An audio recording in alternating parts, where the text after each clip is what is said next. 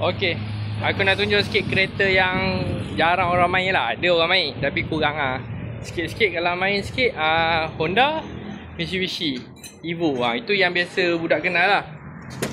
Yang model-model ni aku rasa ada juga yang kenal tapi kurang lah. Aku tunjuk sikit. Okey, aku tunjuk sikit. Ni model Nissan Sentra B13. Yang tahu-tahulah, yang tak tahu tu ramai je yang tak tahu. Biasa diorang kenal Honda, itulah yang kenal. Kereta-kereta ni kurang. Okey, yang ni model-model dia. Ni model Nissan lah. Model Nissan Sentra. Aku review sikit lah. Nissan. Ni aku buat style rally je ni, langgar Kedah apa? Kedah lecak-lecak semua dia je ni.